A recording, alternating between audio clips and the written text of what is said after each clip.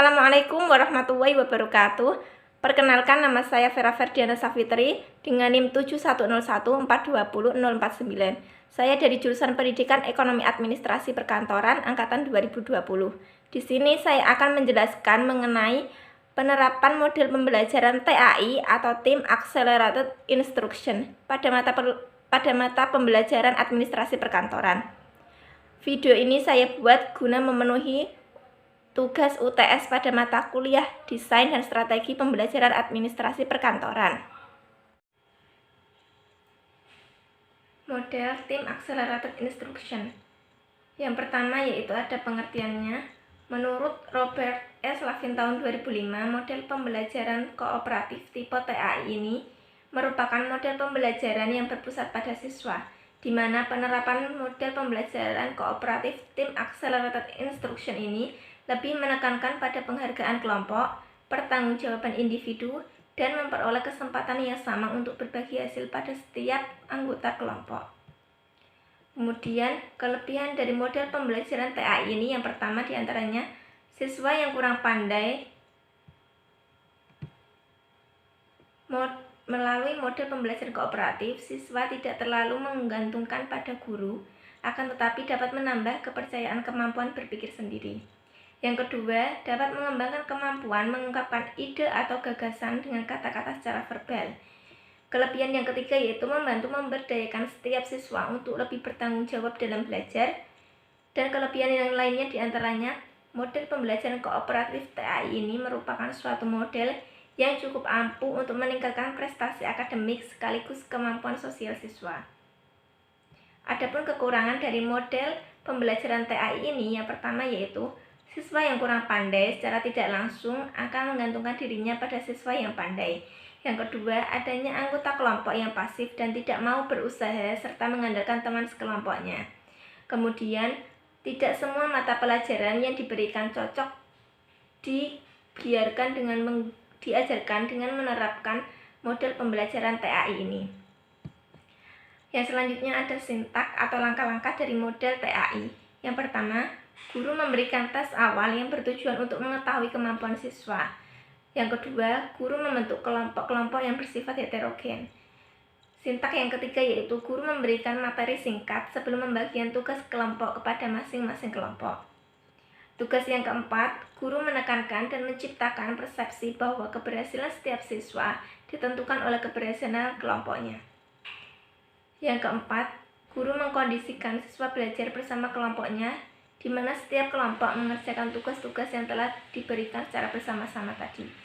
Yang selanjutnya yaitu guru memberikan tes-tes kecil berdasarkan pembelajaran yang diperoleh siswa, misalnya memberikan post-test ataupun kuis.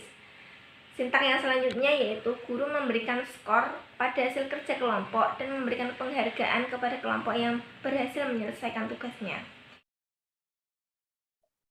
Baik, Assalamualaikum warahmatullahi wabarakatuh. Selamat siang teman-teman mahasiswa. Sebelumnya terima kasih untuk waktunya. Pada siang hari ini kita akan berkuliah mengenai komunikasi. Sebelum lanjut ke materi, Ibu mau bertanya, di antara kalian apakah ada yang tahu apa sih komunikasi itu? Yuk, siapa yang mau jawab dipersilakan. Izin menjawab, Bu. Komunikasi itu proses penyampaian informasi dari komunikator ke komunikan. Ya, benar sekali Mbak Latifatul. Jadi komunikasi itu pada dasarnya ya memang penyampaian pesan dari seorang komunikator atau pengirim pesan kepada komunikan atau penerima pesan gitu ya. Sebelum memulai materi, Ibu akan membagi kalian menjadi dua kelompok, yaitu ada grup A dan grup B. Untuk yang grup A terdiri atas Mbak Dian Retnosari dengan Mbak Iva Amalia Dewanti. Kemudian untuk yang grup B ada Mbak Happy Salsabila dan juga Mbak Latifatul Zahro. Sebelum lanjut ke materi pembahasan selanjutnya, Ibu izin share screen dulu untuk materinya ya.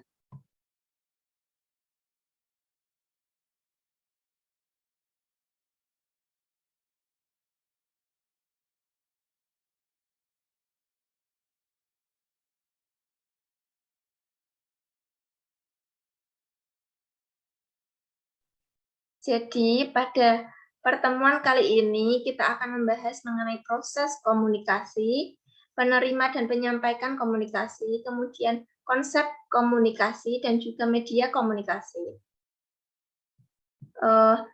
Yang pertama ada proses komunikasi. Proses komunikasi itu sendiri terdiri atas 3 komponen, yaitu penyampaian pesan, komunikator ke komunikan, dan juga mendapatkan pengertian. Jadi jika tidak ada 3 komponen ini, maka komunikasi tidak bisa berjalan. Yang selanjutnya yaitu proses komunikasi. Proses komunikasi dapat dijelaskan di sini, yaitu pengirim atau yang disebut komunikator, mengirimkan pesan melalui media atau saluran kepada penerima atau komunikan, dan menimbulkan respon, kemudian mendapatkan feedback atau umpan balik. Yang mana di dalam proses komunikasi juga, terkadang itu terdapat gangguan atau noise.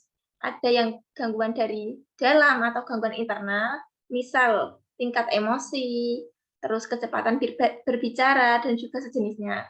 Terus untuk yang gangguan lingkungan atau gangguan eksternal, misalnya itu suara bising ketika hujan, ketika kita menyampaikan pesan, maka pesan yang kita sampaikan jadi kurang maksimal karena adanya gangguan-gangguan eksternal seperti yang Ibu sebutkan tadi. Yang selanjutnya ada penyebab gangguan komunikasi. Ada beberapa penyebab, yaitu diantaranya bahasa, persepsi, pesan yang tidak jelas, media rusak atau terganggu, kemudian sumber komunikasi juga ikut bersuara tadi seperti misal hujan atau genting pecah atau yang lain sebagainya. Kemudian ada keterbatasan fisik komunikator, misal mohon maaf ada misal daya tangkap pendengarannya kurang ataupun dan lain sebagainya. Kemudian yang selanjutnya ada menerima dan menyampaikan informasi, di mana di sini itu mengarah pada fungsi komunikasi, yang salah satunya yaitu untuk menyampaikan informasi dari seorang komunikator kepada komunikan. Kemudian materi selanjutnya yaitu mengenai menerima dan menyampaikan informasi, di mana dalam teknik komunikasi ini ada beberapa hal yang harus diperhatikan. Yang pertama yaitu ada berbicara dan bertanya, kemudian ada menulis, mendengarkan, dan membaca.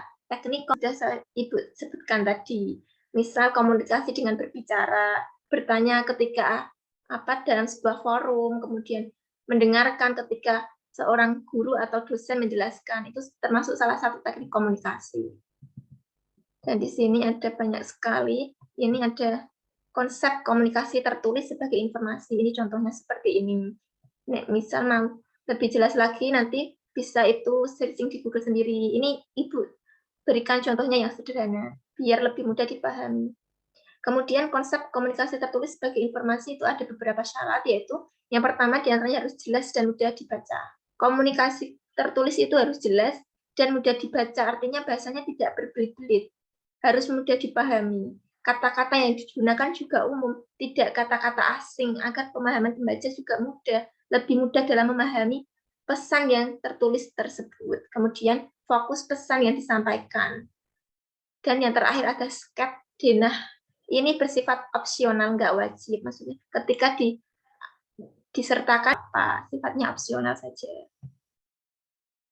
Ini ada beberapa media komunikasi, seperti ada telepon, televisi, surat kabar atau koran, kemudian handphone, dan lain sebagainya.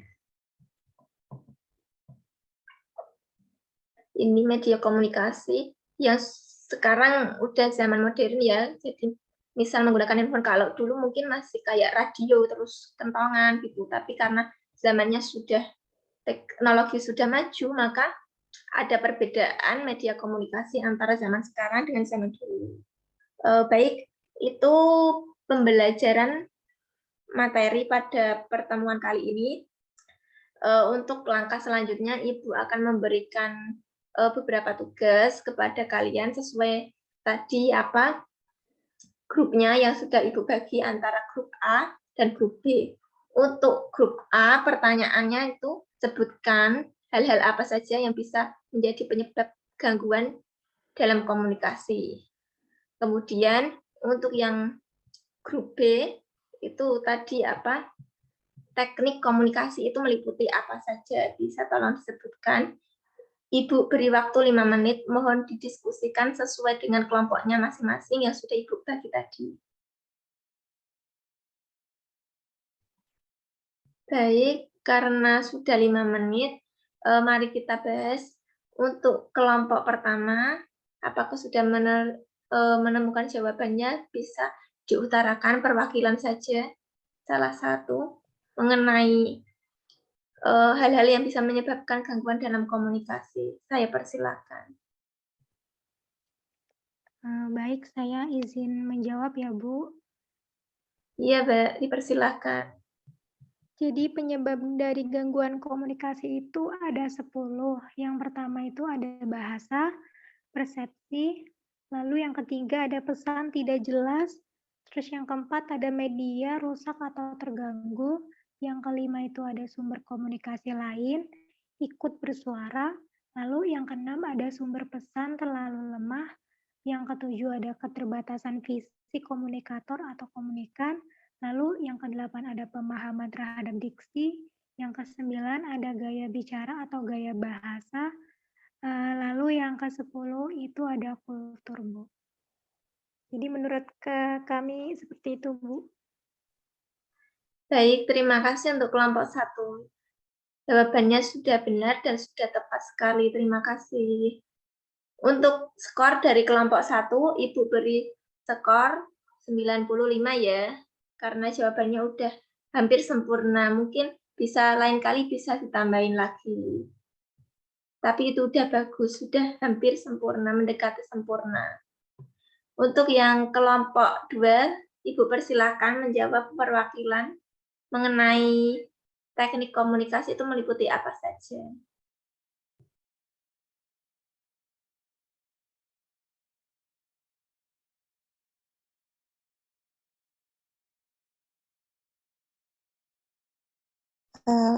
Izin menjawab, Bu. Dipersilahkan Mbak Latifatul.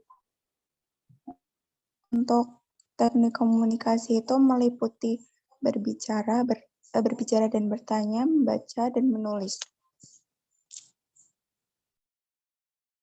Oke, terima kasih untuk jawabannya. Untuk jawaban dari kelompok 2 juga sudah tepat ya, dan juga sudah mewakili semuanya. Untuk itu, untuk kelompok 2, Ibu beri skor 95 juga, karena sama-sama antara kelompok 1 dan kelompok 2 sudah benar dan sudah hampir mendekati sempurna. Jadi, Ibu beri refleksi ya untuk pertemuan kali ini mengenai komunikasi, yaitu di mana komunikasi itu merupakan proses penyampaian informasi dari seorang komunikator kepada komunikan.